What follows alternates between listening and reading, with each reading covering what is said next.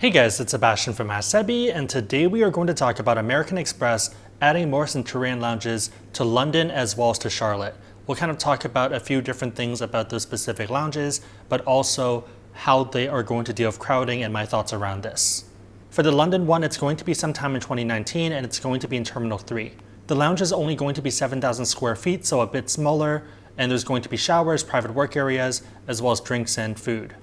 The Charlotte one is going to be 13,000 square feet, and it's supposed to open by fall of 2019.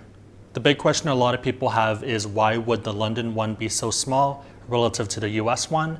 And for me, I think the big reason is because if you look at platinum cards internationally, they're a lot harder to justify or to get. One of the big complaints that people have, especially in places like San Francisco, is that there is a crowding issue. So they have recently started putting signs up saying that if you're someone landing that you can no longer use the lounge. And again, it's the fact that it's a relatively small lounge and there's a lot of people who have the card in the US. The Hong Kong one, which is also relatively small at 8,000 square feet, doesn't really have this problem. The few times that I've gone, it's never been packed. Part of it is because there's a separate part which is for Centurion members, so Black Card members, and the other part of it is that it's a lot harder to get a platinum card in Hong Kong.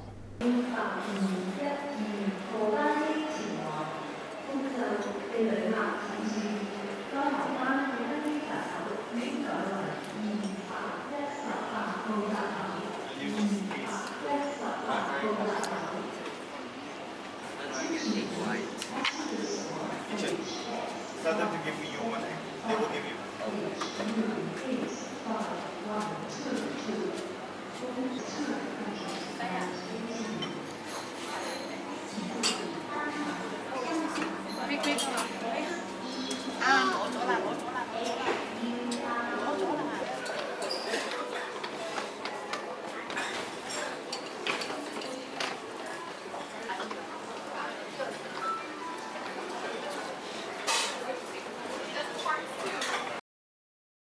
In the past, it used to be invite only, and since they opened that lounge, they actually turned it into something that people can openly apply for.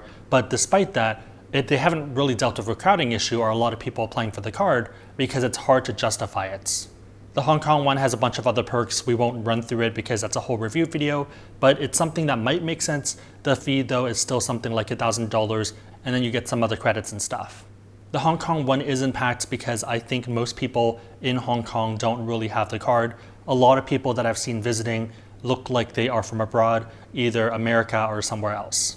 If you look at the London Platinum card, it's pretty much the same story. So you have £450, which is about $550. But if you look through the list of benefits, you don't see any travel credits, you don't see any other credits. You're pretty much paying $550 to get lounge access and to get priority pass and to have that card for the price protection and return protection.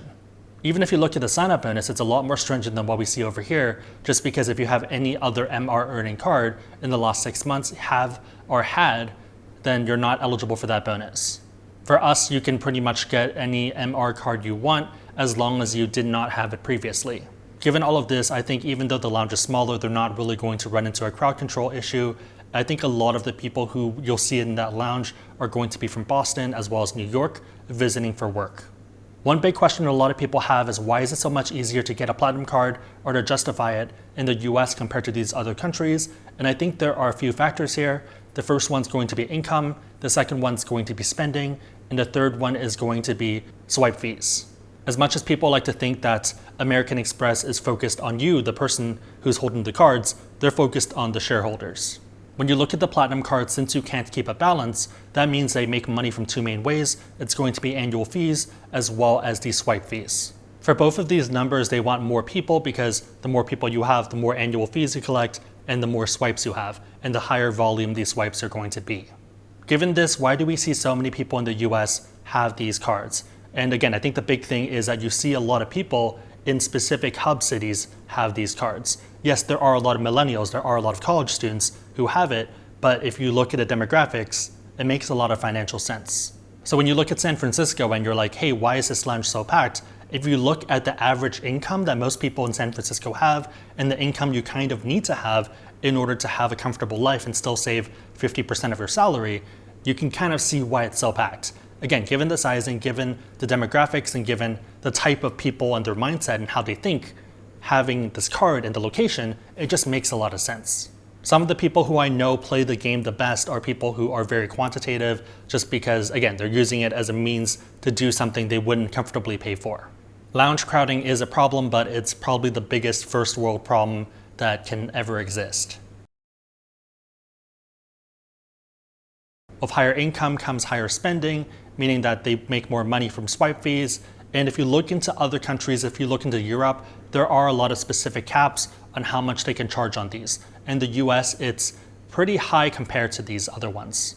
This means that American Express, their optimal strategy is to get this card into as many people's hands as possible who are financially responsible, who are not going to defaults. More people who have the card means more swipes, means more transactions, means more money for American Express. As of December 9th of 2015, the credit card interchange fee in the UK will be capped at 0.3%. In the United States, there are little rules regulating this for credit card interchange fees.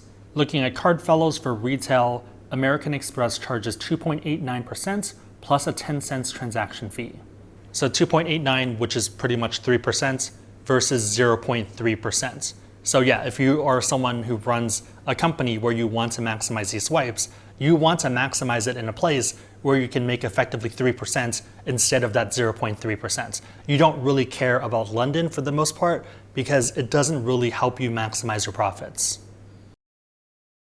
Culture also plays a pretty big role. If you look into China, if you look into Hong Kong, saving culture and spending culture is very different. I would argue most Asian families try to save 50% of their take home. So for example, let's say your paycheck every month is going to be $5,000.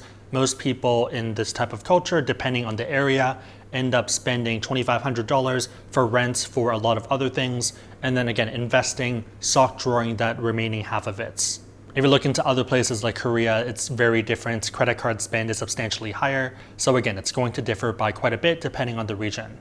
As kind of a side note, Korea has some of the highest credit card debt and credit card spending as well, which is kind of an interesting case study. Given all of this, given a lot of factors, I don't really think crowding is going to be a big issue in London, similar to how it is in Hong Kong. I know some people like to make the argument that Amex shouldn't give away as many platinum cards out and that it's not fair to rich people. But again, they are a $92 billion company, so almost a $100 billion company. They have teams of data scientists who make educated decisions. They're probably paying a lot of money to these people. So again, I'm sure that they have considered these factors. They have run different situations and looked at the numbers. Given the numbers they have, given the data that they have, given the surveys and everything that they do, this is the optimal play for them. I think it's easy making suggestions on what we think should happen given our feelings, but again, they're the ones with all the data. They know exactly what they're doing. Anyways, if they're wrong, then tons of people are getting fired, so there's that. So I hope that was helpful. Let me know if you guys have any questions. My question for you guys is, what are your thoughts on these two new lounges? Do you think there is a problem with too many platinum cards? Do you think they should only be targeted towards the rich people and not normal people, or normal people who have high incomes? Let me know in the comments down below. If you like this video, give it a thumbs up, it really helps us out. And if you know anyone else who benefit from what we just talked about, feel free to share this video with them because it's probably going to help them out. But otherwise, hope you guys liked it. See you guys next time.